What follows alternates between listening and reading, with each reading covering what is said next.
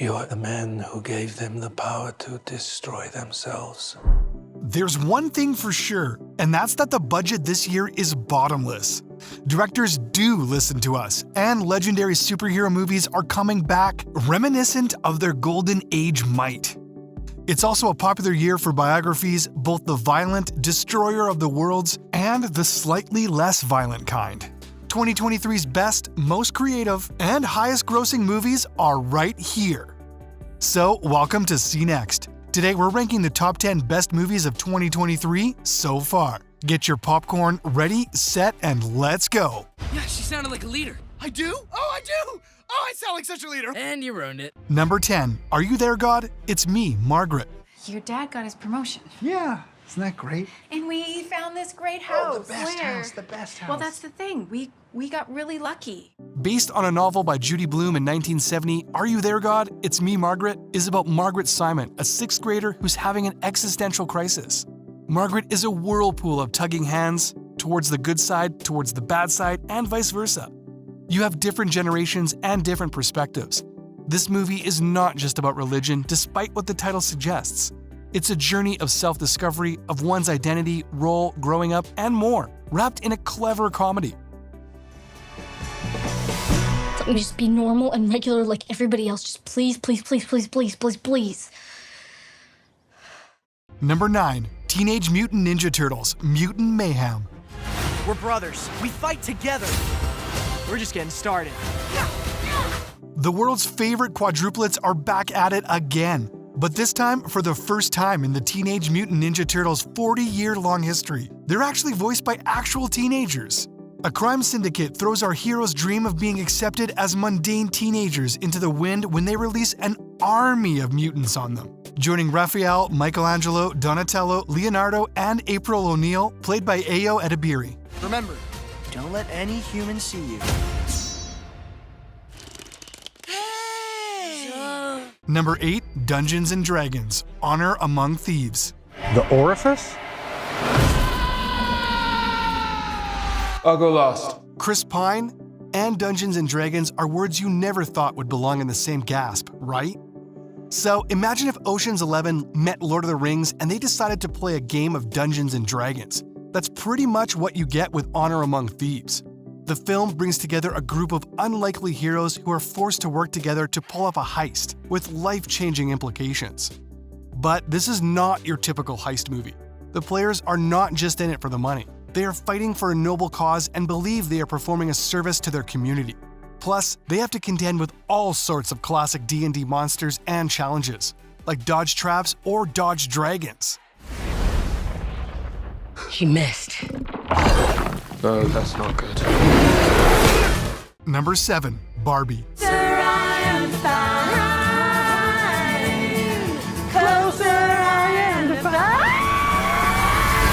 She's Barbie, he's just Ken, who had a crisis when he found out the patriarchy wasn't about horses. For what seemed like a few months there, Margot Robbie as Barbie and Ryan Gosling as Ken were everywhere. With the insane $1 billion worth of marketing, Barbie could have been overhyped, but it somehow lives up to everything it promised and more. And it will leave you still laughing while walking out of the movie theater, especially with the last scene. This Barbie is malfunctioning, and Weird Barbie, played by the iconic Kate McKinnon, tells her that she has to go to the human world. Ken follows, and comedies ensue. They battle the patriarchy, humans, and expectations society places on women and men. Oh, and America Ferrera's monologue about being a woman? Oscar-worthy. Just one appendectomy, But I'm a man. but not a doctor. Can I talk to a doctor? You are talking to a doctor. And I need a clicky pen? No. A sharp thing? No. There he is. Doctor! Somebody get security. Number 6. John Wick, Chapter 4. You're going to die. Maybe not. At this point, John Wick just wants to go home, but he can't. So he gives us hours of top-notch, edge-of-your-seat content. Chapter 4 promises to take things to even greater heights of suspense and action. And if you thought the body count was high in the previous films, just wait until you see what the writers have in store for the 4th installment. Reeves has promised that Chapter 4 will explore more of Wick's backstory, which should add some depth to the character and make us care even more about his journey. But let's be real, the real draw of John Wick isn't just the action, it's Keanu Reeves. The man oozes cool and wholesome, and his portrayal of John Wick is a perfect mix of charm, vulnerability, and sheer badassery. You want to kill him? I want to kill him. What about you, Mr. Vic?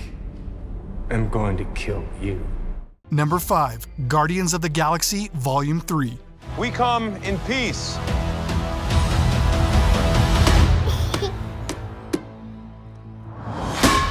Director James Gunn set the stage by saying that Volume 3 will be the biggest and most emotional Guardians movie yet.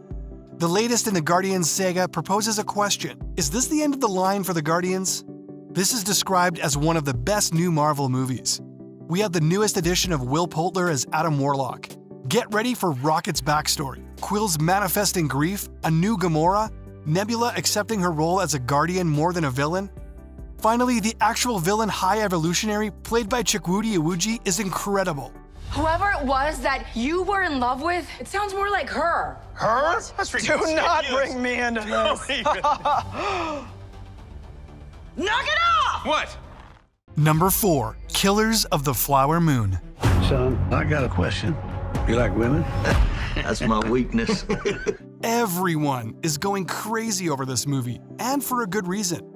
Killers of the Flower Moon is hailed as the Martin Scorsese movie. With a star-studded, actually talented cast like Leonardo DiCaprio and Robert De Niro, and a breakout performance from Lily Gladstone, the Killers of the Flower Moon cast might as well clear a shelf for its awards already. It's an epic Western crime drama set in 1920s Oklahoma. Specifically, it's about the grotesque battle waged against members of the Osage tribe members after oil was found on their land. And Scorsese? He's on the Osage Nation's side and stayed true to their culture in a positive light. And hey, the cast includes Brendan Fraser. Expecting a miracle to make all this go away. You know they don't happen anymore. Number 3, Spider-Man: Across the Spider-Verse. I'm grounded. Bummer. What? Is Spider-Man grounded? Welcome to the Spider-Verse, and this is just the lobby. There is never going to come a time when the Spider-Verse's immersive, thrilling, and creative animation style doesn't immediately wow us. But the movie is more than visually stunning. We have an all-grown-up Miles Morales, Gwen Stacy, and the multiverse.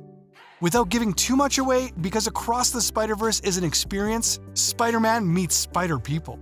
When a new threat arises, Miles finds himself on the other side of the fight, against other spiders. The soundtrack alone makes this one of 2023's best action movies. Also, Oscar Isaac and Daniel Kaluuya both voice spiders. Who do you think you are? Really? We are supposed to be the good guys. We are. Number 2, Mission Impossible: Dead Reckoning Part 1. The world is changing. Truth is vanishing. War is coming. A story as old as time. A new weapon threatens life as we know it if it falls into the wrong hands. Who's stopping it? None other than Tom Cruise's Ethan Hunt. But even the skyscraper-leaping, window-jumping hero is starting to doubt whether he can save the world and his loved ones. The most impossible mission yet? AI. This marks the franchise's 7th movie, and luckily for us, they've decided to include remarkable new features. 4 words: suit-wearing Hayley Atwell. The Impossible Mission Forces also includes Vanessa Kirby and Rebecca Ferguson, as well as Simon Pegg and Ving Rhames. It's also believed Cruise might have done more running in Dead Reckoning Part 1 than any other movie. His fate is written. Shall we write yours too? Before we reveal our first pick, let's look at some honorable mentions. And don't forget to subscribe and hit the bell icon. Gran Turismo. If you miss a line in the game, you reset. You miss it on the track, you could die. The Equalizer 3. Whatever it is you and your friends do it somewhere else. You warning me? I'm preparing you. Indiana Jones and the Dial of Destiny. But I've been looking for this all my life. The Creator. Sergeant Taylor, we are this close to winning the war. Totally Killer. What year is it? 1987. Oh my God. I know. The 80s are almost over and I haven't even tried Coke yet. Talk to me. Talk to me. Wish. My best friend, the King's Apprentice. My mouth drooping? I feel like it's drooping. The Hunger Games, The Ballad of Songbirds and Snakes. Welcome to the capital. You look like you shouldn't be here. I shouldn't, but I'm your mentor. A rebel. Number 1, Oppenheimer. Are we saying there's a chance that when we push that button, we destroy the world? Chances are near zero. Fans have literally paid millions of dollars as a collective to hear Cillian Murphy utter the haunting words of, "I am become death, destroyer of worlds." If Oppenheimer doesn't sweep the Oscars for Murphy's indelible role or for the one jump scare that Blast gave us, then we don't know what will. Watching the first atomic bomb come to life, the politics that came with it, and the sordid affairs in the middle is a once-in-a-lifetime movie. And of course, who could forget about Barbieheimer? Released on the same day, which of these two blockbusters did you see first? And did you or did you not have different paradoxical outfits? You are the man who gave them the power to destroy themselves. And the world is not prepared. And those are the top 10 best movies of 2023. What did you think? Did we miss one of your favorites? Let us know in the comments below. Don't forget to like, subscribe, and hit that notification bell below to be notified of new content. Thanks for watching.